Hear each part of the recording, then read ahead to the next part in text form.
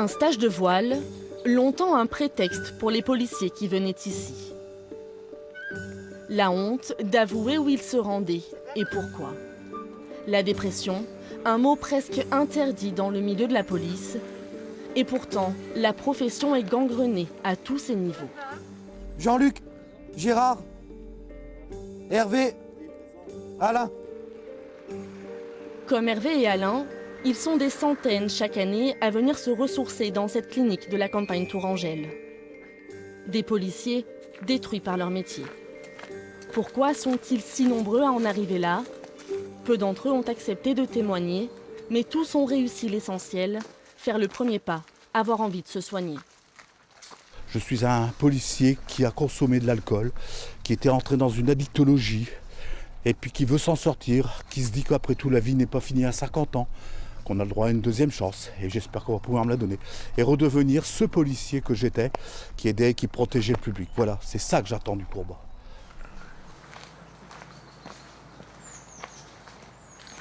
Mais qu'est-ce que c'est que ce truc de la prime au mérite? On va où?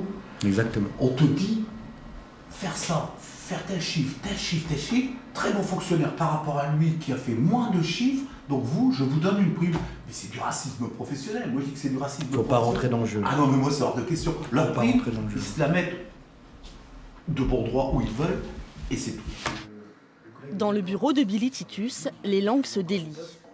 En début de séjour, cet employé membre de la police reçoit des confrères au bout du rouleau, comme Hervé. Vous allez rester au plat? Non, moi je veux pas rester au plat, moi je veux retourner sur le terrain avec mes gars. Cet entretien a un goût de délivrance.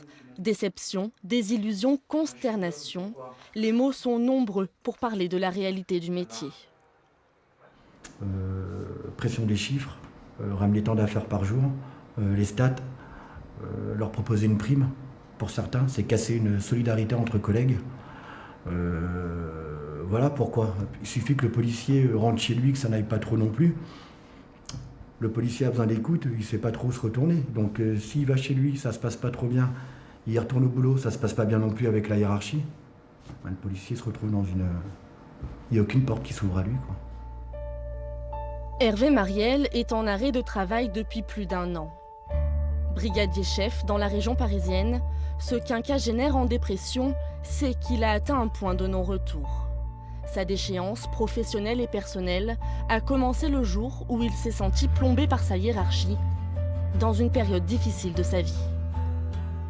Je me souviens de cette phrase terrible quand il me dit notamment « Mais regardez-vous, regardez la gueule que vous avez, la tête que vous avez les yeux complètement myxomatomisés, les yeux tout rouges. » Et je lui dis « Mais commandant, c'est tout simplement parce que j'ai du mal à dormir la nuit, et je me remets difficilement de cette opération. » Et là, il m'engueule, il me dit « Mais j'en ai rien à faire, et si vous seriez mon frère, je vous mettrais ma main dans la gueule, je vous casserais la gueule. » Et ça m'a fait mal, très très mal. J'ai pris ce qu'on appelle un coup de poing à l'estomac, un coup de poing qui vous met KO debout, et qui personnellement vous touche, professionnellement bien sûr. Et de là, comme vous vous sentez que vous n'êtes plus rien, que vous ne représentez plus rien au niveau de la hiérarchie, c'est pas comme ça qu'on se redresse, eh bien on chute, on continue de déprimer, on consomme de l'alcool, et puis bon bah le mal étant, eh bien on pense au suicide. On pense au suicide et j'y ai pensé. Dans les couloirs de l'établissement, ils sont nombreux à avoir pensé mettre fin à leur jour. Cet ancien capitaine de la police judiciaire de Nice en fait partie. Il a aujourd'hui quitté la profession, une retraite anticipée pour échapper au harcèlement moral de ses supérieurs. Je vais montrer une partie de pourquoi je suis là. Voilà, c'est tout ce dossier. Le dossier, voilà. L'administration s'est livrée à son égard à des agissements répétés de harcèlement moral qui ont eu pour objet et pour effet une dégradation de ses conditions de travail, ont porté atteinte à ses droits et ses dignités, altéré sa santé physique et mentale et compromis son avenir professionnel. Si la justice lui a donné raison, difficile pour lui de tourner la page. Je leur en veux toujours, d'une part, parce qu'ils n'ont pas été sanctionnés pénalement, et d'autre part, c'est qu'en compromettant ainsi mon avenir professionnel, en me rendant malade, tout ça, moi j'aurais préféré continuer, je serais maintenant commandant de police dernier échelon, si ce n'est pas peut-être commandant fonctionnel, Et bon, j'aurais pu me réaliser en plus d'un métier que j'adorais, moi, que j'aimais. Et vous n'aimez pas? Et non, je suis très déçu. Je suis déçu. Je suis déçu. Vous savez, ça fait plus mal lorsqu'on quitte une femme qu'on aime que si c'est une personne qu'on s'en fout, dont on se fout. Hein. Voilà, moi j'aimais la police. Et ça fait encore plus mal. Selon une étude de l'INSERM, l'Institut national de la santé et de la recherche médicale, le risque de suicide dans la police est supérieur de 36% à celui du reste de la population. Presque un suicide par semaine en France. Des actes que l'administration tente de passer sous silence. Difficile d'avouer que le mal vient de l'intérieur, même quand tout le laisse penser. Le symbole est très fort, puisque dans beaucoup de cas de suicide, ce sont des policiers qui se sont mis en tenue et qui se sont donné la mort avec leur arme de service. C'est dire combien le symbole est fort. Nous savons au Courbat que ça n'est pas pour des raisons personnelles, que c'est effectivement lié au travail. Certains policiers se trouvent dans une impasse, souffrent de la non-reconnaissance, souffrent de difficultés diverses et variées, y compris avec leurs collègues. Donc oui, c'est intimement lié au travail. L'organisation aussi provoque des risques psychosociaux particulièrement importants. Mais principalement, il nous parle du manque d'écoute et de la non-reconnaissance. Pour aider les policiers à sortir la tête de l'eau, le centre place le sport au cœur de sa thérapie. Beaucoup sont des anciens sportifs. Retrouver la forme est une étape essentielle de la guérison. On se remet en question, on se dit est-ce que je vaux quelque chose encore en matière sportive? Et on s'aperçoit qu'on n'est pas si mal que ça. Souvent quand ils arrivent ici, ils sont en surpoids, une notion de surpoids. Il y a beaucoup de plaintes de douleurs. Et au fur et à mesure, ils se rendent compte que ces douleurs diminuent. Et puis c'est aussi s'aimer, comme je disais tout à l'heure, reprendre confiance dans ses capacités, voilà. Être fier. Voilà.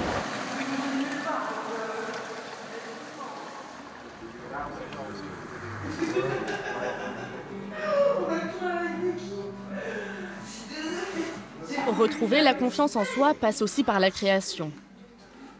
Dans cet atelier, les patients font travailler leur imagination, un exercice difficile en début de séjour. Certains dessinent des tombeaux, des corps sans tête, une manière d'évacuer des souvenirs douloureux. L'objectif, c'est qu'il y ait un mieux-être de la personne elle-même, déjà, tout simplement, et qu'il y ait une prise de plaisir à venir ici, à construire quelque chose. Créer, c'est transformer une matière, c'est donner vie à quelque chose. On s'autorise à être satisfait de soi-même, alors qu'il y a des moments où on doute de beaucoup de choses. Quand on est vraiment dans la maladie, on doute de tout, on se dit qu'on est nul, qu'on est capable de rien. Et puis il y a ces petites choses. Depuis quelques années, les femmes sont plus nombreuses au Courbat. Christelle a quitté son commissariat il y a bientôt 2 mois.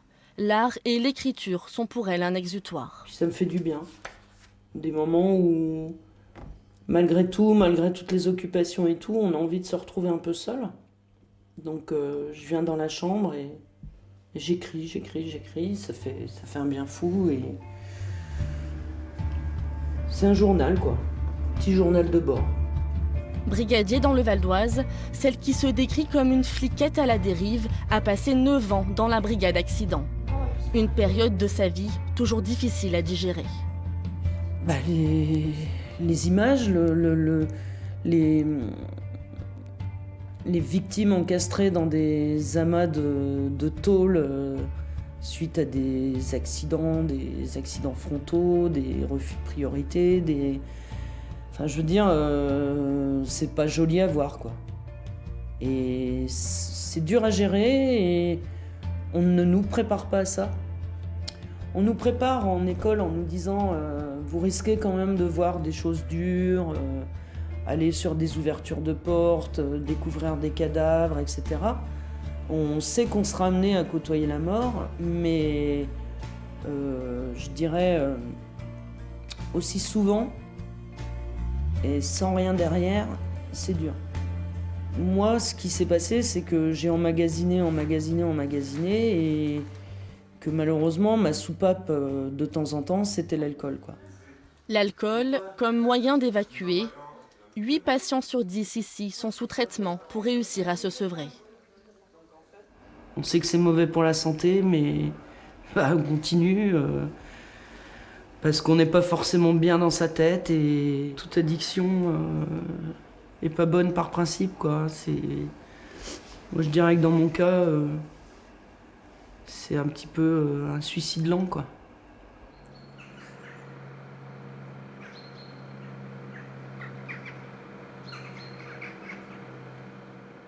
Ces derniers mois, le centre a enregistré un nombre record de demandes d'admission. Le résultat d'une politique du chiffre poussée à l'extrême par le gouvernement précédent.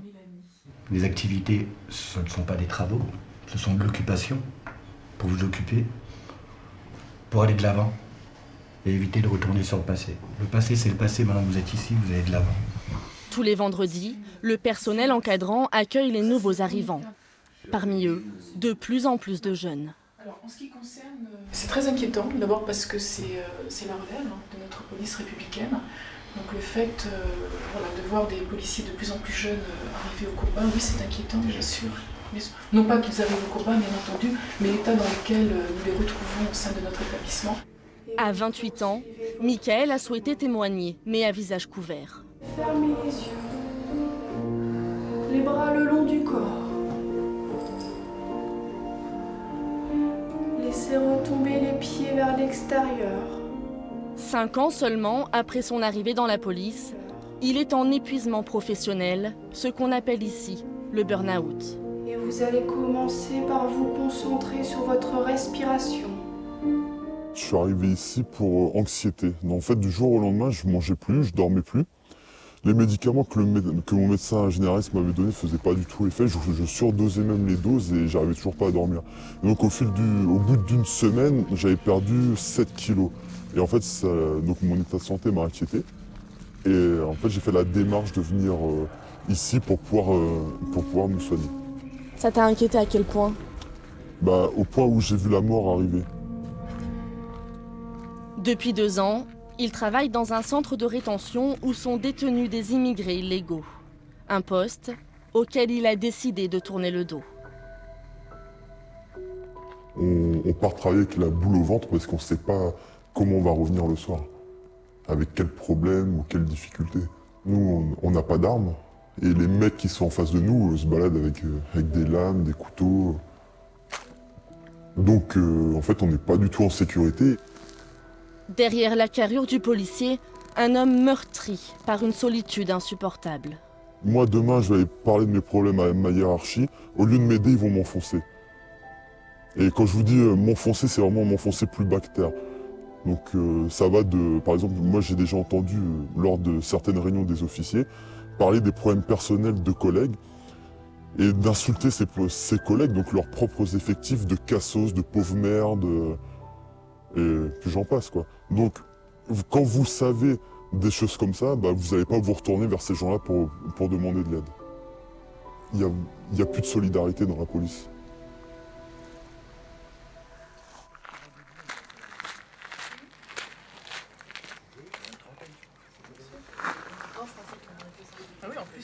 C'est un groupe de parole, c'est attention, si vous retournez en service, vous n'allez pas bien, il faut savoir que vous avez maintenant un numéro vert, quelqu'un vers qui vous dirigez, et parler, dire voilà, ça va pas mieux, ça va pas bien. Il y a des endroits où on sait très bien que la hiérarchie ne joue pas son rôle de hiérarchique. Nous, ça va nous aider à bien identifier le lieu, à bien identifier, savoir si c'est un cas isolé, si c'est vraiment l'intégralité du management qui ne va pas. Vous voyez, pour nous, c'est très important. Un policier rentre dans la police, il se sent fort. On ne lui a pas appris à ressentir des choses qui pourraient le... Ouais, c'est un sentiment de honte vis-à-vis des autres.